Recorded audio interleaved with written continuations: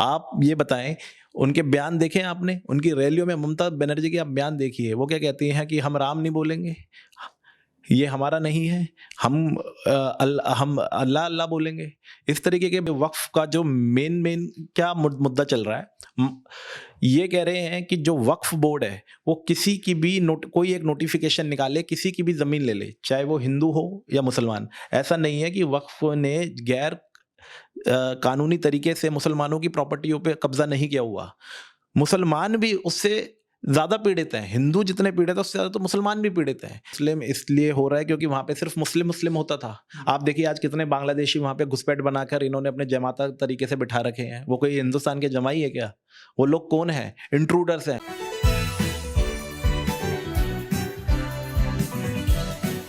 नमस्कार, मैं दौलत शर्मा और आप देख रहे हैं UIP न्यूज़। वक्फ अमेंडमेंट एक्ट, उसको लेकर लगातार चर्चाएं तेज हैं, मुद्दा गर्म है और एक के बाद एक प्रतिक्रिया सामने आ रही है। ओवैसी कुछ कहते हैं तो कांग्रेस के मुस्लिम नेता कुछ कहते हैं और उसके बाद ममता बनर्जी कहती हैं कि वो पश्चिम बंगाल में लागू नहीं होगा। और उसके बाद की टाइमलाइन आप देखिए कि कैसे फ्राइडे प्रेयर्स होती है, उसके बाद एक पीसफुल प्रोटेस्ट होता है और वो पीसफुल प्रोटेस्ट कितना वहाँ के हिंदुओं पर भारी पड़ता है वो सब रिपोर्ट आप तक पहुंची होगी। लेकिन वक्फ बिल जो कहा जा रहा है बीजेपी की तरफ से कि मुसलमानों की भलाई के लिए है, लेकिन दूसरी तरफ मुसलमानों को ही भड़काया, यहाँ पर जो विरोधी पार्टी है उनके द्वारा भड़काया जा रहा है। उस पर क्या राय है लोगों की? यहाँ पर हमारे साथ आज दिल्ली हाईकोर्ट के वकील अंकित अग्रवाल जी हैं। उनसे जानेंगे कि आखिर ये मुस्लिमों की भलाई के लिए है या फिर मुस्लिमों की बुराई के लिए है। अभी लगातार प्रधानमंत्री नरेंद्र मोदी का भी एक वायरल है बयान। उन्होंने कहा कि अगर वक्फ अपनी प्रॉपर्टियों पर काम अच्छे से करता, अच्छे से इस्तेमाल करता, जो आज मुस्लिम लोग जो पंचर लगा रहे हैं सड़क किनारे वो ना कर रहे होते बल्कि कोई और अच्छा काम कर रहे होते। सबसे पहले तो जो प्रधानमंत्री ने बयान दिया, इसको आप कैसे देखते हैं कि एक कहा पूरी कम्युनिटी को उन्होंने टारगेट कर दिया कि पंचर बनाने वाले काम है। और अब हम देखते हैं सोशल मीडिया पे ऐसे जोक्स भी चलते हैं, सब चीज़ें चलता है। तो क्या प्रधानमंत्री नरेंद्र मोदी को ऐसा कहना चाहिए था? और क्या जो ममता बनर्जी ने कहा उसके बाद जो बंगाल में चीज़ें हुई, दंगे हुई, लोग पलायन करने को तैयार हो गए, और वैसे ही कहते हैं कि ये बिल तो हम खारिज करते हैं, वो वहाँ कॉपी भी फाड़ते हैं संसद में। ये टाइमलाइन आपको दिखाती है कि ये मात्र उस बिल का विरोध है या फिर कुछ और इसके पीछे है? देखिए, ओवैसी ने जो कॉपी फाड़ी संसद में, देखिए वो भारत के कानून की कॉपी फाड़ते हैं जो अपने आप में गैर कानूनी है, ठीक है। और ये अपने आप को बैरिस्टर कहते हैं कि हम बाहर से लॉ पढ़ के आए हैं और कानून की आप कॉपी फाड़ रहे हैं। अरे एक मंच आपको मिला हुआ है, पार्लियामेंट का आपको मंच मिला हुआ है, पूरा हिंदुस्तान, पूरा विश्व उसको देख रहा है, और आप किस तरीके से उस पब्लिक के जो जिसको लोकतंत्र का मंदिर कहते हैं, उसी लोकतंत्र के जनादेश की आप कॉपी फाड़ देते हैं। अरे इससे बदतर तो कोई और बात हो ही नहीं सकती। और वैसे भी आज आप देखेंगे, देखिए एक ओवैसी का आप माइंडसेट समझिए, वो सिर्फ उसको विरोध करना है, वो उसको कोई मुसलमानों के हितों से कुछ है नहीं, जिसलिए वो मुस्लिम सीटों से भी हारता है। अगर देखिए मुसलमान बहुत समझदार हो चुका है, ऐसा नहीं है पहले वाला जो मुसलमान है कि वो नहीं समझता, लेकिन इन लोगों के भड़काने के मारे आज जो ये बंगाल में दंगे हुए जिसमें ममता बनर्जी, आप ये देखिए, ये पूरी तरह गवर्नमेंट का फेलियर है, पूरी तरह। As the chief minister, how can you discriminate between Hindus and Muslim? आप ये बताएं, उनके बयान देखे आपने? उनकी रैलियों में ममता बनर्जी के आप बयान देखिए, वो क्या कहती हैं कि हम राम नहीं बोलेंगे, ये हमारा नहीं है, हम अल्लाह अल्लाह बोलेंगे। इस तरीके के बयान आते हैं। कितने तरीके के, हो सकता है कि थोड़ी शब्दावली इधर उधर हो, लेकिन एग्जैक्ट मीनिंग ये था उनका। मेनली मुस्लिमों पे, हाँ बिल्कुल, पूरा अपीजमेंट। आज एक मिथ चला रखा है कि जब से प्रधानमंत्री मोदी जी आए हैं 2013-14 से, तब से ये हिंदू मुस्लिम हो रहा है। यही तो मेरे को मिथ, ये इसका मैं एक बिल्कुल सटीक जवाब देता हूँ। आज ये कह रहे हैं कि हिंदू मुस्लिम हो रहा है, पहले तो सिर्फ और सिर्फ मुस्लिम ही मुस्लिम होता था।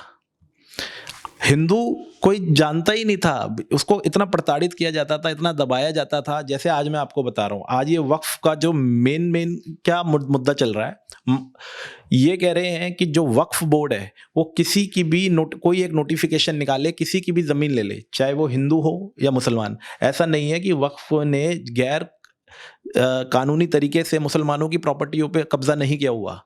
मुसलमान भी उससे ज़्यादा पीड़ित हैं, हिंदू जितने पीड़ित हैं उससे ज़्यादा तो मुसलमान भी पीड़ित हैं। लेकिन मुसलमानों की कम्युनिटी ऐसी है, वो खुलकर इस बात को, इनके नेता जैसे ओवैसी जैसे नेता और इनके अन्य नेता उनकी आवाज़ों को दबा देते हैं।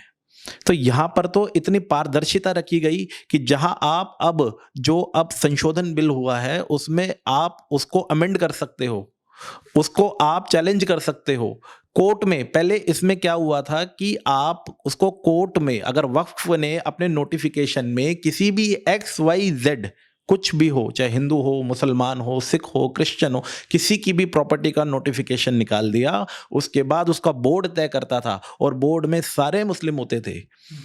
उसके बाद ट्रिब्यूनल अगर वो जा सकता था 1 साल के अंदर, तो ट्रिब्यूनल में भी सारे मुस्लिम्स होते थे। अच्छा, जब सब जगह मुस्लिम है, ट्रिब्यूनल में से लेकर संस्था में सब में, तो ये बात कहाँ से आती है कि जो प्रधानमंत्री कहते हैं और भी अन्य बीजेपी नेता कहते हैं कि जो मुसलमानों का हिमायती बनता है वक्फ बोर्ड, उसने सबसे ज्यादा मुसलमानों को परेशान किया, उनकी जमीनें कब जाएंगी? मैं वही तो आपको बता रहा हूँ। देखिए क्या होता है, एक जुडिशरी का एक अपना एक प्लेटफॉर्म है, उसका एक अपना प्रिंसिपल चलता है, वो अनबायस्ड चलता है, वो दोनों पक्षों को देखता है। और इसीलिए जब कभी भी हमारे कोर्टों में जो केसेस जाते हैं वो किसी कंसर्न जज के पास नहीं जाते। अगर मान लीजिए उनका कोई बच्चा अगर उस कोर्ट में प्रैक्टिस कर रहा है तो वो उस कोर्ट में अपीयर नहीं हो सकता, ठीक है, वो उसके रिश्तेदार के यहाँ प्रैक्टिस नहीं कर सकता। अगर किसी का रिश्तेदार कोई जज है तो वो वकील वहाँ प्रैक्टिस नहीं कर सकता, अनबायस्ड रखा गया है। लेकिन आप ये देखिए कि अब इसको ऐसे समझिए कि डिस्प्यूट है हिंदू और मुस्लिम के बीच में, तो हिंदू की प्रॉपर्टी को क्या किया, वक्फ ने अपनी लैंड घोषित कर दिया, नोटिफिकेशन निकाल दिया। अब हिंदू जाएगा इनके वक्फ बोर्ड में, क्योंकि नॉर्मल अदालत में तो वो जा नहीं सकता, इसको चैलेंज कर नहीं सकता। अब लेकिन वो वहां जाता है तो वहां पर क्या होता है, जो वक्फ के बोर्ड में जो अभी संशोधन से पहले पुराने वाले कानून की बता रहा हूँ, जो 1995 में बना था, जो अभी तक लागू था, उसके अकॉर्डिंग वो मुस्लिम बोर्ड वो फैसला करेगा कि ये वक्फ की प्रॉपर्टी है या नहीं है। अगर वो उसने जो फैसला कर दिया बोर्ड ने, उसके खिलाफ आप ट्रिब्यूनल में जाएंगे, ट्रिब्यूनल में भी सारे मुस्लिम हैं, वो क्या कहेंगे कि भाई ठीक है, वो बोर्ड का फैसला सही है, हम इसके ऊपर कुछ नहीं कह सकते। तो उसके ऊपर अपील करने का प्रावधान नॉर्मल ना तो हाई कोर्ट के पास था, ना किसी डिस्ट्रिक्ट कोर्ट के पास था, वहां पे आदमी जा ही नहीं सकता था, उनका फैसला ही अंतिम था। तो इसी मामले में पारदर्शिता लाने के बिना किसी धार्मिक भेदभाव के, चाहे वक्फ किसी मुस्लिम की प्रॉपर्टी को अपना कहे या किसी हिंदू की प्रॉपर्टी को अपना कहे, तो ऐसी सूरतों में वहां पर उनके बोर्डों में हिंदू या कोई और रिलीजन के मेंबर्स होंगे, वो पूरा देखेंगे। और पहले जो रिपोर्ट मंगवाई जाती थी जिसके बेस पे बोर्ड अपना फैसला सुना देता, वो मुतलविस की रिपोर्ट होती थी। मुतलविस भी एक मुस्लिम स्कॉलर ही होता है जो वक्फ बोर्ड द्वारा ही नियुक्त किया गया है, और वो ही रिपोर्ट फाइल करता था कि भैया ये तो जमीन उसकी है, मुस्लिम की है, या ये वक्फ की जमीन है, और उसी रिपोर्ट के आधार पर ही वो फैसला कर देते थे। अब जो रिपोर्ट आएगी वो कंसर्न SDM की आएगी, जिसको आप सब डिविजनल मजिस्ट्रेट होते हैं। अब DM की रिपोर्ट आएगी, और अब पूरा कानूनी तरीके से पारदर्शिता लाके पूरे पारदर्शी तरीके से संविधान के दायरे में इस बात का निर्णय होगा। और अगर यदि आपको लगता है कि बोर्ड में के निर्णय में खामियां हैं, आपके साथ जातियां हुई हैं, ट्रिब्यूनल के निर्णय में खामियां हैं, वक्फ बोर्ड के वहां भी आपके साथ जातियां हुई है, तो जो जुडिशरी का जो मेन है कि आप उसको हाई कोर्ट में चैलेंज कर सकते हो, सुप्रीम कोर्ट में चैलेंज कर सकते हो, वो दरवाजे आपके लिए खुले रहेंगे। अगर आप सोचिए न्याय के मंदिर के लिए ही आप किसी के दरवाजे बंद कर देंगे तो उसको न्याय कहाँ मिलेगा। इस अमेंडमेंट के द्वारा जो इस सरकार ने सबसे बड़ा कदम उठाया वो ये था कि जो इंडिपेंडेंस ऑफ जुडिशरी, यानी कि हर आदमी जो पंक्ति के अंतिम छोर पर खड़ा व्यक्ति भी कोर्ट में जा सकता है और उसके निर्णय को चैलेंज कर सकता है। अगर जब ये बिल इतना ही मुसलमानों का भला कर रहा है, ये सब चीजें हैं, तो मुसलमान ही क्यों प्रोटेस्ट पर आ रहे हैं? क्यों ये आगजनी हो रही है? क्यों ये दंगे हो रहे हैं? क्या कुछ मुस्लिम अपीजमेंट इसमें छिपा हुआ है, या फिर जो कह रहे हैं लोग कि हिंदुओं के खिलाफ ये साजिश की जा रही है कि कोई भी मुद्दा आ जाए तो यहाँ पर हिंदुओं को परेशान करना है, या फिर उनके लिए कुछ ऐसा कुछ रचना है? देखिए, सिर्फ और सिर्फ क्षेत्रीय पार्टियों द्वारा, छोटे मोटे नेताओं द्वारा, जो इनको अपना गॉडफादर, अपने आप को इनका गॉडफादर मानते हैं, उनके द्वारा सिर्फ और सिर्फ राजनीति हो रही है और कुछ नहीं हो रहा।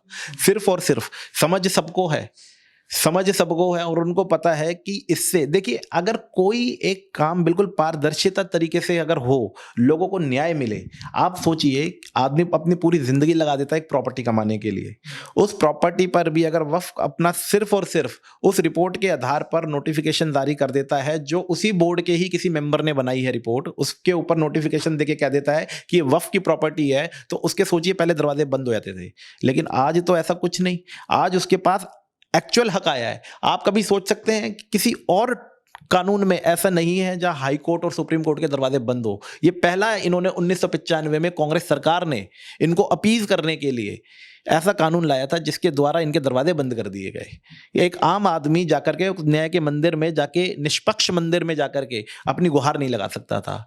नरेंद्र मोदी जी सरकार ये साधुवाद ही नहीं, ये सबसे बड़ा इन्होंने जो कॉन्स्टिट्यूशन की जो इक्वालिटी, जो आर्टिकल 14 कहता है, उसके पुरधोर इन्होंने जो इसका समर्थन किया, उससे ये साबित होता है कि ये सरकार सबका विकास, सबका साथ, बिना किसी धार्मिक भेदभाव के और सबके उस पे चल रही है। तो मेरा आखिरी सवाल है कि बंगाल में जो आगजनी हुई, किस तरीके से हिंदू पलायन कर रहे हैं, वहाँ पे मुर्शिदाबाद में जो चीज़ें घटनाएं हुई, अब कहा जा रहा है कि वहाँ पे राष्ट्रपति शासन लागू किया जाए, ये किस लिए इसकी आवाज़ उठ रही है? क्या ममता सरकार फेल है या फिर हिंदू पर इतना अत्याचार वहाँ पर हो गया? ये आप बेसिकली हिंदू मुस्लिम क्यों हो रहा है, उसके बाद राष्ट्रपति शासन लागू करने की बात? मैंने आपको कहा ना, हिंदू मुस्लिम इसलिए हो रहा है क्योंकि वहां पे सिर्फ मुस्लिम मुस्लिम होता था। आप देखिए आज कितने बांग्लादेशी वहां पे घुसपैठ बनाकर इन्होंने अपने जमाता तरीके से बिठा रखे हैं। वो कोई हिंदुस्तान के जमाई है क्या? वो लोग कौन है? इंट्रूडर्स हैं। और वो क्या करते क्या है आप देखिए। बात मैं पंचर, मैं आपको वही बता रहा हूँ, आज वो करते क्या है। मैं बात इसकी नहीं कह रहा कि वो पंचर का काम कर रहे हैं, छोटा काम कर रहे हैं, बड़ा काम कर रहे हैं। देखिए ये तो व्यक्ति अपने उसके हिसाब से करता है, अपनी समझ के हिसाब से करता है या अपने हालातों के हिसाब से करता है। लेकिन मैं बात कर रहा हूँ कि उनका क्राइम में देखो आप कितना बड़ा रेशो है। उन लोगों को कहाँ कहाँ से मार के भगाया गया। म्यांमार से उनको रोहिंग्याओं को मार के भगाया गया, बांग्लादेश से उनको मार मार के मतलब भगा रहे हैं, वहाँ से आ रहे हैं, हिंदुस्तान में क्राइम कर रहे हैं, रेप जैसे का और कम्युनल वायलेंस जैसे और डकैती जैसे, मर्डर जैसे कितने बांग्लादेशी आज इन्वॉल्व हैं। आज उस ममता सरकार ने सिर्फ बिल्कुल अपने सिर्फ वोट बैंक के लिए, आप ये देखिए एक तरीके से ये देशद्रोह की कैटेगरी में है। मैं आपको बताऊं क्यों, क्योंकि आप देखिए किसी विदेशी नागरिक को, बांग्लादेश एक सेपरेट देश है, ठीक है, विदेशी नागरिकों को जो गलत तरीके से हिंदुस्तान में रह रहे हैं, आप उनके लिए पक्ष लेते हैं, आप उनको भड़काते हैं और उसका नतीजा ये होता है कि आज बंगाल जल रहा है। और ये पहली बार ममता सरकार के टाइम पर बंगाल नहीं जला है। हल्का सा कोई चिंगारी होती है, बंगाल तुरंत जल उठता है। कितने निर्दोष हिंदू मारे जाते हैं। बॉम्बे हाई कोर्ट ने दुर्गा पूजा के टाइम पर, ममता बनर्जी ने दुर्गा पूजा के टाइम पर ये बैन लगा दिया था कि दुर्गा पूजा का लाउड स्पीकर ऐसे नहीं होगा, इतने बजे होगा, इतनी ज़्यादा सैंक्शंस लगा दिए थे। हाई कोर्ट ने बोला कि आप ये किस तरीके की आप वो कर रहे हैं, आप मुख्यमंत्री पूरे प्रदेश के हैं, ये इतनी ज़्यादा आप लगा दोगे तो दुर्गा पूजा कैसे करेंगे। तो आप ये देखिए इवन द कोर्ट ने भी दूसरे शब्दों में इनको कितनी बार फटकारा है, कितनी बार वो लग चुका है। और ये कंप्लीट फेलियर है गवर्नमेंट का। वहाँ पर हिंदू बेचारा मर रहा है और वो कोई उनको सहानुभूति नहीं मिल रही, सरकार की तरफ से कोई हेल्प नहीं और दंगाइयों के खिलाफ कोई कानूनी कार्रवाई नहीं। इसीलिए जहाँ पे लॉ एंड ऑर्डर जब स्टेट नहीं संभाल सकता, तो ऐसे में राष्ट्रपति जी को वहाँ पे आगे आना चाहिए और केंद्र सरकार को हस्तक्षेप करके वहाँ का राष्ट्रपति शासन लगाना चाहिए। वहाँ पे तो मिलिट्री ही हैंडल कर सकती है। आप मिलिट्री नहीं लगाएंगे तो पूरा बंगाल जला देंगे।